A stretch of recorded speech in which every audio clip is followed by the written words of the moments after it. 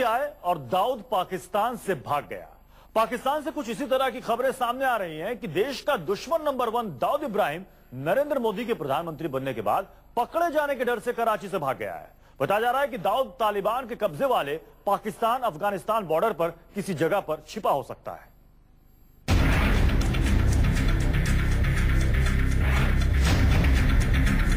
मोदी बने पीएम तो भाग गया दाऊद।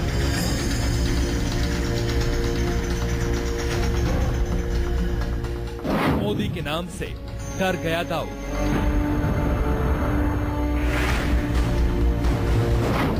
पाक छोड़कर भागा दाऊद इब्राहिम।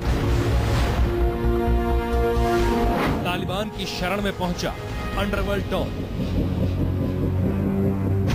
मोदी के खौफ से डॉन बना भगोड़ा। जी हां, खबरों पर यकीन करें तो हिंदुस्तान का सबसे बड़ा दुश्मन दाऊद इब्राहिम मोदी के नाम से इस कदर खौफजदा है कि उसने अपना ठिकाना बदल लिया है। जो दाऊद इब्राहिम पिछले 21 सालों से कराची में आईएसआई की सरपरस्ती में आलीशान जिंदगी जी रहा था, खबर है कि नरेंद्र मोदी के प्रधानमंत्री बनते ही उसने अपना ठिकाना बदल लिया है। सूत्रों की माने तो मोदी से खौफजदा दाऊद कराची छोड़ चुका है, क्योंकि अंडरवर्ल्ड डॉन दाऊद इब्राहिम को अपने खिलाफ कमांडो ऑपरेशन चलाए जाने का डर सताने लगा है। बताया जा रहा है कि दाऊद पाकिस्तान अफगानिस्तान बॉर्डर पर किसी गुप्त जगह पर छिप गया है। खबर है कि पाकिस्तानी खुफिया एजेंसी आईएसआई दाऊद इब्राहिम की मदद कर रही है। दरअसल दाऊद के डर की वजह बेबुनियाद नहीं है। पीएम बनने से पहले एक इंटरव्यू में मोदी इशारा कर चुके हैं कि अगर वो प्रधानमंत्री बने तो दाऊद के खिलाफ सख्त कार्रवाई करेंगे। ये चीज अखबार में करने की है क्या? बिन लादेन के साथ अमेरिका ने प्रेस नोट लेकर के काम किया क्या?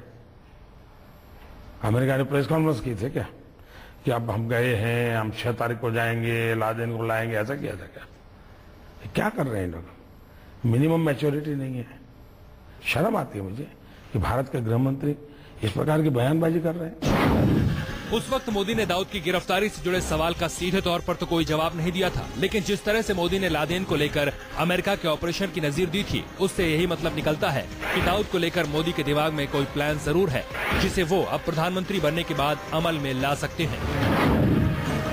मोदी फिलहाल भले ही दाऊद को लेकर कुछ नहीं बोल रहे, लेकिन बीजेपी के सांसद मोदी के नाम पर खुलकर पाकिस्तान और दाऊद इब्राहिम को ललकारने लगे हैं। अगर यह कहीं किसी को दुविधा हो जाए कि नहीं साहब मैं कुछ न कुछ करता रहूं, मैं जो भी उसको हर्ट करूं, जो भी उस पर वार करूं, उसका प्रतिकार नहीं हुआ तो वो वार करता जाएगा ना।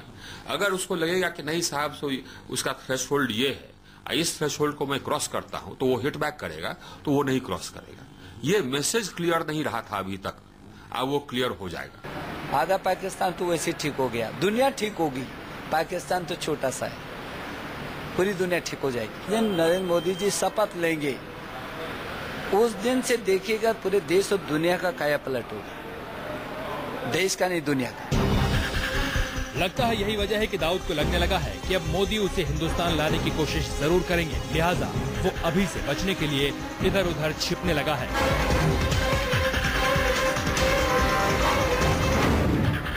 फिलहाल उसे सबसे मुफीद इलाका तालिबान के कब्जे वाला लग रहा है। पाकिस्तान अफगानिस्तान बॉर्डर पर कई इलाके ऐसे हैं जहां वो फिलहाल छिप सकता है। हालांकि कुछ रक्षा विशेषज्ञ इस खबर से इत्तेफाक नहीं रखते कि दाऊद ने मोदी के डर से पाकिस्तान छोड़ा है। किसी के तरीके से आप उसको अगर वो मिल गया खुले में तो आप पकड़ सकते हैं, लेकिन पाकिस्तान के अंदर आप नहीं पकड़ सकते। हाँ, ये जरूर है कि किसी जरिए आप उसको मरवा दें या बम्प ऑफ करवा दें, वो हो सकता है, लेकिन इसके बारे में कुछ अभी कहना कि मोदी साहब आ गए इसीलिए हो जाएगा, लेकिन ये जरूर है कि ये कोई नया इनिशिएटिव लेंगे। दरअसल खबरें ये भी आती रही हैं कि दाऊद इब्राहिम पहले ही पाकिस्तान छोड़कर किसी खाड़ी देश में शरण ले चुका है। खबरें हैं कि मोदी के प्रधानमंत्री बनने के बाद पाकिस्तान में हड़कंप है। खासतौर पर पाक सेना और आईएसआई के अंदर मोदी के नाम से बहुत खलबली मची हुई है। आईएसआई ने तो मोदी और चुनाव से जुड़ी खबरें दिखाने के चलते 3 चैनलों का लाइसेंस निलंबित कर दिया है। मोदी की जीत से पाकिस्तान में हड़कंप।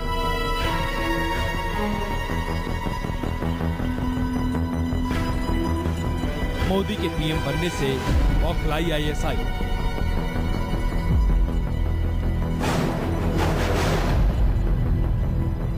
जी हाँ, जब से मोदी के प्रधानमंत्री बनने का रास्ता साफ हुआ है, पाकिस्तान में हड़कंप मचा हुआ है। पाकिस्तान की आम जनता का तो पता नहीं, लेकिन पाक सरकार, सेना, खुफिया एजेंसी ISI, दाऊद इब्राहिम और दूसरे आतंकी संगठनों के बीच मोदी को लेकर खलबली मच गई है। खबरों के मुताबिक पाकिस्तानी सेना और ISI की सरपरस्ती में चल रहे सभी आतंकी संगठनों ने हाथ मिला लिया है।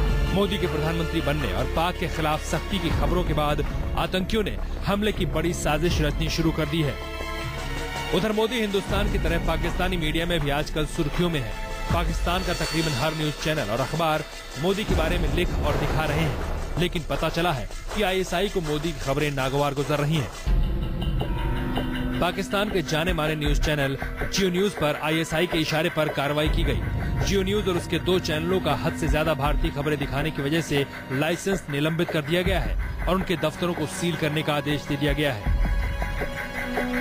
बताया जा रहा है कि ISI के आदेश पर कई न्यूज चैनलों पर भी मोदी और भारतीय चुनाव से जुड़ी खबरें प्रसारित करने के बदले मोटा जुर्माना लगाया गया है।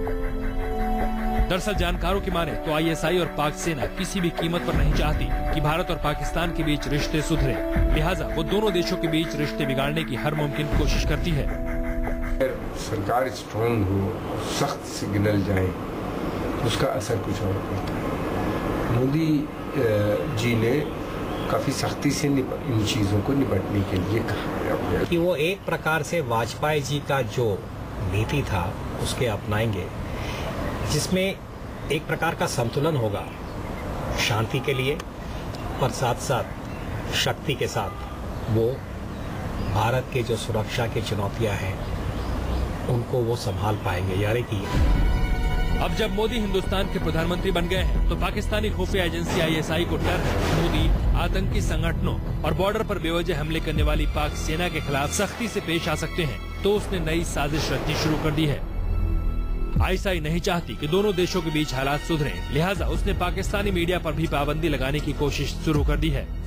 कुल मिलाकर नरेंद्र मोदी के प्रधानमंत्री बनने के बाद पाकिस्तान में जो हालात बन रहे हैं वो वहाँ की सेना और ISI की हताशा और डर को दिखाने के लिए काफी है। तो नरेंद्र मोदी के प्रधानमंत्री बनने के बाद क्या होगा दाऊद इब्राहिम का, इस सवाल का जवाब तो बाद में मिलेगा, लेकिन इस मसले में बीजेपी सांसदों का क्या कुछ कहना है, सुनिए। लोग सचेत हो जाएंगे, मुझको ऐसा लगता है, लेकिन इसके बावजूद अगर लोग सचेत नहीं होंगे, फिर भी उस तरह की गलती दोहराएंगे, तो फिर मुंहतोड़ जवाब उनको दिया जाएगा और उसकी कल्पना बाहर के लोगों को शायद नहीं होगी कि कैसा जवाब दिया जाएगा। तो अब देश की प्रतिष्ठा के लिए देश के लोगों को अब चिंतित रहने की जरूरत नहीं है। देखिए, पाकिस्तान ऐसे ही डरा हुआ है, पाकिस्तान कोई हिम्मत नहीं करेगा। फिर भी मतलब यह है कि हम लोग ये जरूर चाहेंगे कि दाऊद इब्राहिम को पाकिस्तान सौंप दे, नहीं तो दाऊद इब्राहिम का भी वही असर होगा जो ओसामा बिन लादेन का हुआ। और हिंदुस्तान के अंदर जो मिनी दाऊद इब्राहिम के जो एजेंट हैं वो हम लोगों के टारगेट में है। आदि नरेंद्र भाई मोदी जी जिस तरह के हैं आप जानते हैं, गुजरात की तरफ कोई आंख उठा के नहीं देखता था, उनके बनने के बाद भारत की तरफ भी आंख उठा के नहीं, सिर कटने की तो बात दूर की बात है, कोई भारत की तरफ आंख उठा के भी नहीं देखेगा। राजा के प्रताप से तमाम व्यवस्थाएं अपने आप ठीक हो जाती हैं। राजा कहने नहीं जाता कि ये ठीक करिए वो ठीक करिए, ठीक हो रही हैं। अब मुझे नहीं लगता पाकिस्तान हो या कोई भी पड़ोसी देश हो, उसकी हिम्मत नहीं है कि भारत पर किसी प्रकार का कोई आंख उठा करके वो भारत की तरफ देख दे या कोई कार्रवाई। नेतृत्व पर निर्भर करता है। अगर नेतृत्व शक्तिशाली होगा तो कोई पड़ोसी देश नजर उठा के नहीं देख सकता है। अब इससे पहले जो सरकार है उसका आप देख ही रहे हैं, वो आने वाली में वही देखिए। अगर किसी की हिम्मत है तो हमारी देश की तरफ आंख उठा के देखिए, 24 घंटा के अंदर में जवाब दिया जाएगा। पाकिस्तान स्वयं अपने आप से निपट जाएगा।